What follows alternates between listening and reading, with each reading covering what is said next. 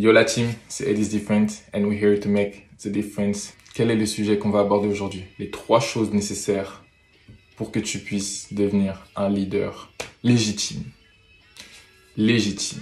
Pourquoi devenir un leader? Déjà, je ne sais pas.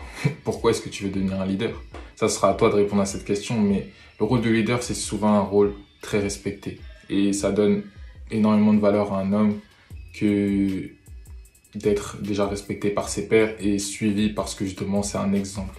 Si tu veux devenir un leader, il va falloir que tu sois un exemple. Si tu veux pouvoir diriger des gens, il va falloir que tu saches déjà te diriger toi-même. Et c'est pour ça qu'on va voir 3 points sur lesquels déjà tu dois être carré pour devenir, sur le long terme en tout cas, un bon leader. Parce que justement, si tu n'arrives même pas à te diriger toi-même, comment tu veux diriger les autres? Ça part toujours de l'intérieur vers l'extérieur. Et il y a 3 points sur lesquels tu devras développer ton autodiscipline. Ton autodiscipline. Et on va commencer tout de suite avec le premier point. Avant ça, je tiens à dire justement qu'il n'y en a pas que 3, mais les 3 points majeurs, enfin les plus importants en tout cas, avant de pouvoir justement te dire, ok, j'ai envie de discipliner d'autres personnes, tu vois. Donc, premier point majeur d'autodiscipline, ton désir alimentaire. Alors, il y a 2 points important, c'est la quantité et la qualité. Donc, ton désir alimentaire, justement, il va falloir que tu apprennes à vivre en accord avec la nature. Enfin, dans tout ce que tu fais, déjà, il va falloir que tu apprennes à vivre en accord avec la nature. Pourquoi? Parce que la nature fait les choses de la bonne manière. Donc, si tu vis en accord avec la nature, alors tu feras les choses de la bonne manière. Maintenant, qu'est-ce que ça veut dire vivre en accord avec la nature vis-à-vis de ton alimentation? Déjà, il faut que tu manges bien. Donc, des bons aliments, des bonnes associations, etc. Et aussi que tu respectes des quantités. Maintenant, je vais te faire un exemple.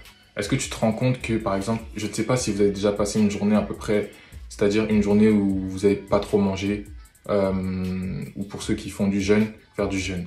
Je ne sais pas si vous vous rendez compte à quel point, quand vous ne mangez pas, justement, votre esprit, il est extrêmement clair. Comment vous êtes présent dans la journée. Comment, voilà, vous êtes vraiment là dans l'instant présent. Et vous pouvez être tellement productif parce que justement, vous êtes dans un état vraiment de plénitude sur l'instant. Et justement, si tu n'arrives pas à maîtriser justement tes quantités mangées, déjà on va parler de la quantité. Si ton ventre t'envoie un signal, ok mon gars merci j'ai bien mangé, c'est bon stop. Et si tu ne t'arrêtes pas quand il te dit stop, justement tu seras toujours au-dessus de la limite. Et on sait tous très bien comment on est quand on est au-dessus de la limite. Vous voyez quand vous avez trop mangé, par exemple vous allez au fast-food, etc. Vous avez trop mangé et justement après vous avez envie de dormir. En fait, votre alimentation est très liée à votre capacité au fonctionnement de votre cerveau. C'est-à-dire que est-ce qu'il fonctionnera justement de la meilleure des manières ou est-ce qu'il sera ralenti? Et justement, si tu manges trop, justement, tu seras toujours un peu ralenti parce que tu seras toujours dans une phase prolongée de digestion. C'est pour ça qu'il faut déjà apprendre à gérer les quantités. Déjà, les quantités, c'est un point, on va dire, qui est assez facilement gérable. Mais si, d'un autre côté, tu ne gères pas aussi la qualité de ce que tu manges, donc, et surtout aussi les associations, alors là, t'es foutu. Parce que si tu manges de la merde tout le temps, n'oublie pas, tu es ce que tu manges, tu es ce que tu penses, tu es ce que tu fais. C'est-à-dire que, bref, tout part toujours de l'intérieur, et je fais que de le dire. Donc si tu manges de la merde constamment, qu'est-ce que tu seras? Tu seras une merde.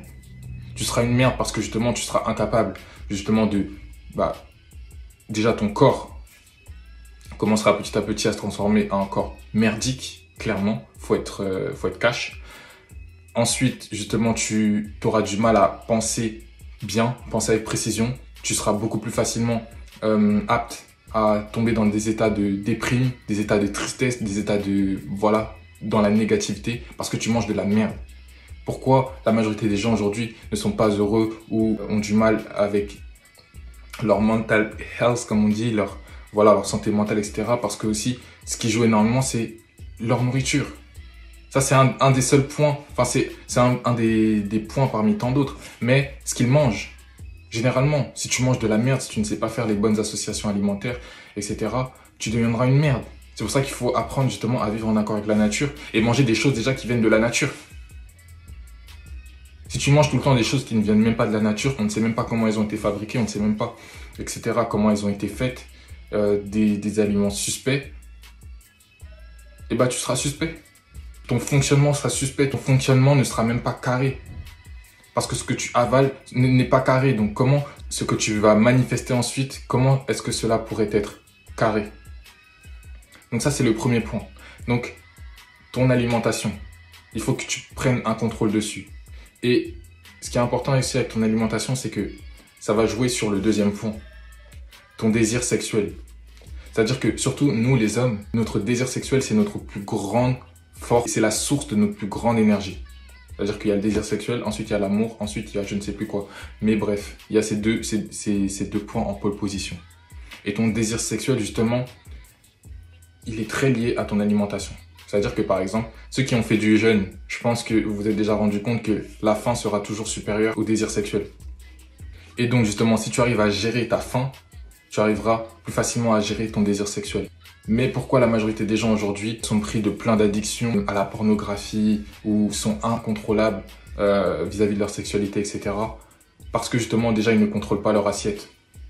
Donc justement, tu seras, vu que tu es un boulimique vis-à-vis de ton assiette, vu que tu es incontrôlable, vu que tu fais de l'intempérance alimentaire, alors tu es déjà bien plus facilement exposé à l'intempérance sexuelle. Et pourquoi c'est si important justement de aussi gérer ton énergie sexuelle, ton désir sexuel? J'ai dit gérer, j'ai pas dit le supprimer. Parce que tu ne peux pas le supprimer. C'est comme le flot d'une rivière. Tu ne pourras jamais l'arrêter, mais tu peux le rediriger. Et c'est ça, c'est comme ça que nous on fonctionne justement. Tu vas devoir le rediriger. Et qu'est-ce que ça signifie le rediriger? On parle souvent de transmutation. Tu vas devoir transmuter cette énergie. Donc tu vas devoir l'appliquer vers tes objectifs. Et qu'est-ce que tu penses qu'il va se passer si justement tu utilises cette plus grande source d'énergie vers tes objectifs? Bah, tu iras vers eux beaucoup plus facilement. Tu auras beaucoup moins de mal justement à faire les choses, à les atteindre justement parce que tu seras une source de dynamisme, une source d'énergie pleine. Et on dit que les plus grands hommes sur cette terre sont hautement sexualisés. Pourquoi? Parce que justement, ils ont appris à gérer ces choses. Ils ont appris à transmuter leur énergie. Mais avant de la maîtriser, justement, il va falloir que tu la comprennes. Parce que c'est facile de dire de la maîtriser, mais il y en a énormément qui manquent justement de connaissances sur le sujet. Et c'est normal. Parce qu'il y en a énormément, justement, on ne leur a pas appris. Tout comme on n'a rien appris. Donc, qu'est-ce qu'il te reste à faire? Te plaindre ou justement passer à l'action? Rappelle-toi, when you complain, you stay the same. Quand tu te plains, tu restes le même. Donc, arrête de te plaindre. Prends des livres. Va sur Internet, t'as tout ce qu'il te faut. Cherche et tu trouveras. Demande et tu recevras. C'est tout. Donc, commence par justement chercher des informations sur le sujet, applique, vois ce qui marche pour toi, vois ce qui marche pas pour toi, etc. Et au fur et à mesure, justement, tu fais tes ajustements, etc., etc. Mais c'est par l'expérience, justement, que tu réussiras justement à maîtriser cette énergie et aussi à mieux la comprendre. Parce que parler, c'est bien, mais expérimenter, c'est mieux. Et le troisième point, pour développer ton autodiscipline et te permettre justement au fur et à mesure de devenir un leader, c'est de penser avec précision. Penser avec précision, c'est la chose la plus importante que tu dois savoir faire. C'est plus important que tout ce qu'on vient de dire avant. Si tu arrives à maîtriser, à diriger consciemment, constamment ta pensée vers les choses que tu veux, alors justement, tu développeras un niveau d'autodiscipline très largement supérieur à la moyenne. Et justement, une volonté très largement supérieure à la moyenne. Parce qu'il faut une énergie considérable pour chaque jour, justement, rediriger ses pensées vers ce que tu veux, vers seulement ce qui est nécessaire et blackout ce qui n'est pas nécessaire. Et penser avec précision, c'est très important. Parce qu'il y a des pensées qui sont dynamisantes et il y a des pensées qui ne le sont pas. Il y a des pensées qui sont qui te poussent et il y a des pensées qui ne te poussent pas, justement. Et le fait de savoir penser avec précision et de complètement annihiler les pensées, les annihiler, tu ne le peux pas, mais vraiment avoir cette force d'esprit de te focaliser seulement sur ce que tu veux, les pensées qui te servent, les pensées qui te permettent d'atteindre ton objectif ou qui te permettent d'être plus heureux ou qui te permettent d'avancer tout simplement. Parce que les pensées, par exemple, de victimisation, de complainte, toutes ces pensées ou les pensées qui ne t'avancent à rien, enfin, toutes ces pensées, elles vont t'assaillir. Ou elles t'ont déjà assailli à un moment ou à un autre. Mais si tu développes la force d'esprit nécessaire pour voilà, te concentrer que sur les faits, que sur de l'optimisme, que sur du positivisme, etc. Que sur voilà, ce qui te permet d'avancer, sans pour autant justement ignorer les pensées négatives. Parce que voilà, il faut voir le négatif, mais il faut pas l'ignorer, mais il faut quand même te dire, ok, moi je préfère me concentrer sur telle chose. Et si tu développes vraiment la force d'esprit nécessaire pour te concentrer sur telle chose, alors justement, tu auras gagné un niveau d'autodiscipline personnelle, de volonté personnelle qui te permettra justement d'accomplir de grandes choses. Et ça, c'est vraiment le point le plus important sur les 3 autres points. Parce que pense avec précision, vraiment, ça te permettra aussi de dégager de toi-même une énergie que tu vas peut-être perdre sur les autres aspects. Ça te permettra de quand même te faire avancer, quand bien même tu te ralentirais sur d'autres aspects. Donc c'est vraiment le point le plus important, sans pour autant que les 2 autres points énoncés juste avant ne soient à négliger, parce qu'ils sont très très importants, surtout en tant qu'homme, pour le 2e point, très très très important. Donc voilà la team, j'espère que vous avez kiffé la vidéo, n'oubliez pas de liker, commenter, partager, et dites-moi ce que vous en avez pensé. En tout cas, on se revoit pour une prochaine vidéo. Peace. Hold up. Avant que tu quittes cette vidéo, j'ai un cadeau pour toi. Mon e-book gratuit, 5 choses pour faire la différence, accessible dans la description de cette vidéo.